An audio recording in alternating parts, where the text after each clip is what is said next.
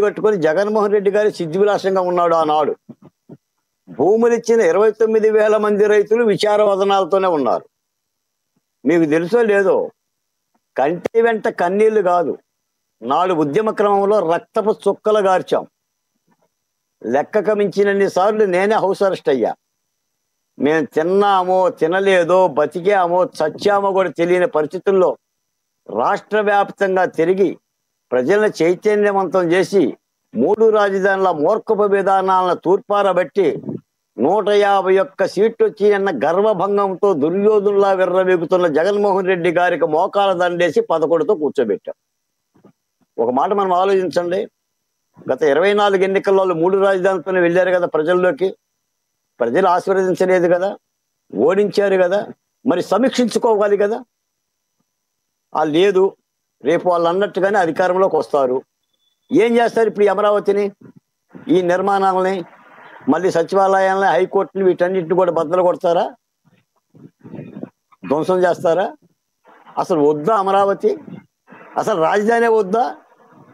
పోనీ రాజధాని లేని రాష్ట్రంగా మిగిలిపోదామా? అంటే నేను ఏమంటానంటేనండి, అభివృద్ధిని అభివృద్ధిగానే చూడాలండి. మేము కూడా చెప్తున్నాం కేంద్ర ప్రభుత్వానికి, అయ్యా బాలకోటయ్య గారు ఇక్కడ ఒక చిన్న అప్లికేషన్ ఉంటుంది ఎవరికైనా సామాన్య ప్రజలకి. మీరు సీనియర్, 2014లో చంద్రబాబు నాయుడు గారు గెలిచిన తర్వాత అమరావతి పనులను వేగవంతం చేయడంలో అప్పట్లో ఉన్న తెలుగుదేశం పార్టీ వెనకబడింది అనే దానిలో ఆరోపణలో వాస్తవం ఉందా లేదా? అప్పట్లోనే కన్నా వెనకబడి ఉండకపోతే జగన్మోహన్ రెడ్డి గారు గెలిచిన తర్వాత ఈ పరిస్థితులు వచ్చాయి కాదనే ఇది వాదన కూడా బయట ఉంది. దానిలో వాస్తవం ఉందా లేదా?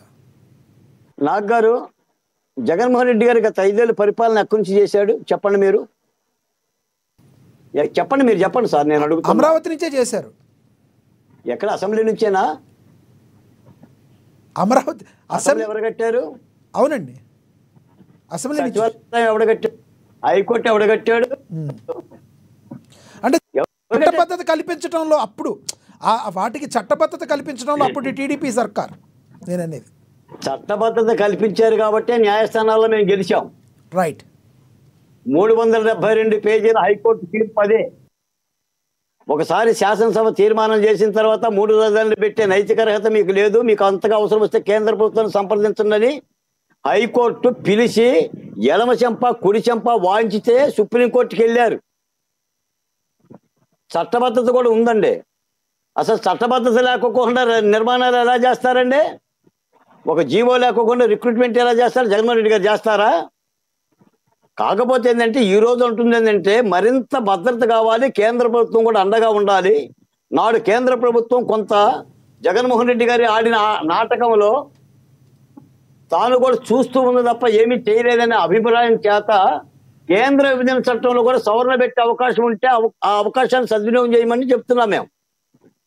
ఇంకో మాట ఏంటంటే అసలు ఈ దిక్కుమాలిన ముదృష్టపు ఆలోచన ఏందండి? రాజధానిలో మార్చడం ఏందండి? రాజధాని ఇప్పుడు అభివృద్ధిని వికేంద్రీకరించు. నువ్వు రాయలసీమకు పంచు, ఉత్తరాంధ్రకు పంచు, కానీ నిర్మితమైన రాజధాని. నేను ఇందాక శైలజానాథ్ గారు అది అమరావతి, విజయవాడ. అమరావతి అంటే గుంటూరు. 2 జంట నగరాల ప్రాంతం అంటే మీకు హైదరాబాద్ ఉంది, జూబ్లీ హిల్స్ ఒకటే హైదరాబాదు, రంగారెడ్డి జిల్లా హైదరాబాద్ కాదా? సికింద్రాబాద్ హైదరాబాద్ కాదా? చార్మినార్ చౌరస్తా హైదరాబాద్ కాదా?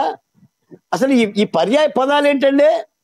నేను ఒక మాట చెప్తున్నాను సార్, ఈ రోజున ప్రధాని నరేంద్ర మోడీ గారి రాక కానీ, నిన్న జరిగిన పునర్నిర్మాణ పనుల యొక్క కార్యక్రమం కానీ రాష్ట్ర ప్రజలందరూ దీవించారు. తప్పనిసరిగా ఎవరు అమరావతి మీద ఇంకా నిందలేసినా అవన్నీ జంగం దేవరబోతుంటే కుక్కలు మురిగినట్టు అనుకుంటానే తప్ప మరొకటి కాదు. అంటే ఒక విధంగా నా మాటలు పరుషంగా ఉంటే అనిపించవచ్చు. ఈ డిబేట్లో ఏమైనా వైసీపీ నాయకులు ఎవరన్నా ఉంటే కలత చెందొచ్చు. నేను ఒక మాట చెప్తాను నాగ్ గారు, 2019 అధికారంలోకి రాకముందు జగన్మోహన్ రెడ్డి గారు అమరావతిని అమ్మ అని పిలిచాడు. ఆయన అధికారంలోకి వచ్చేసి కుర్చీ మీద కూర్చోగానే అమరావతిని నీ అమ్మ అని పిలిచాడు. కాదంటారా చెప్పండి? రైట్. మళ్ళీ వస్తా సార్ మీ దగ్గరికి. రైట్. కాబట్టి ఒక్క మాట పాలకులు విధానాలు మార్చుకోవాలి. విధానాలు మార్చుకోకపోతే విధానాలు మార్చుకునేలాగా ప్రజలు చేస్తారు. రైట్. ఒక నిర్ణయాన్ని సమీక్షించుకోవడం తప్పేం కాదు. తప్పనిసరిగా అమరావతి పట్ల అన్ని రాజకీయ పార్టీలు ఏకపక్షంగా అమరావతి ఉండాలన్నదే మా నినాదం. నాడు ఉద్యమంలోనూ అదే నినాదం, నేడు అమరావతిలోనూ అదే నినాదం. వైసీపీ పార్టీ కానీ ఇతర అమరావతి వ్యతిరేకులు కానీ తమ అభిప్రాయాలను సమీక్షించుకోవాల్సిన అవసరం ఉంది. రైట్. మనతోటి వైసీపీ అధికార ప్రతినిధి సెంగులూరి వెంకటేష్ గారు ఉన్నారు, ఆయనతో మాట్లాడదాం. వెంకటేష్ గారు నమస్తే సార్. వెరీ గుడ్ ఈవినింగ్ అండి. వెంకటేష్ గారు, నిన్న ప్రధానమంత్రి గారు వచ్చారు, మాట్లాడారు. ఎటువంటి పరిస్థితుల్లో అమరావతి అభివృద్ధికి అడ్డుకట్ట లేదని చెప్పారు. నిన్న ఏం మాట్లాడారు? నిన్న చంద్రబాబు నాయుడు గారు అలాగే పవన్ కళ్యాణ్ గారు మాట్లాడిన బయటలు ఉన్నాయి, అవి కూడా ఒకసారి చూసి మీతో మాట్లాడదాం. రైట్. ముందుగా మీ అందరికీ ఒక విషయం చెప్పాలి. గతంలో మోడీ గారిని ఎప్పుడు కలిసినా చాలా ఆహ్లాదకరంగా ఉండేవారు. కానీ మొన్నటి మా సమావేశం అమరావతికి రమ్మని పిలవడానికి వెళితే చాలా గంభీరంగా సాగింది.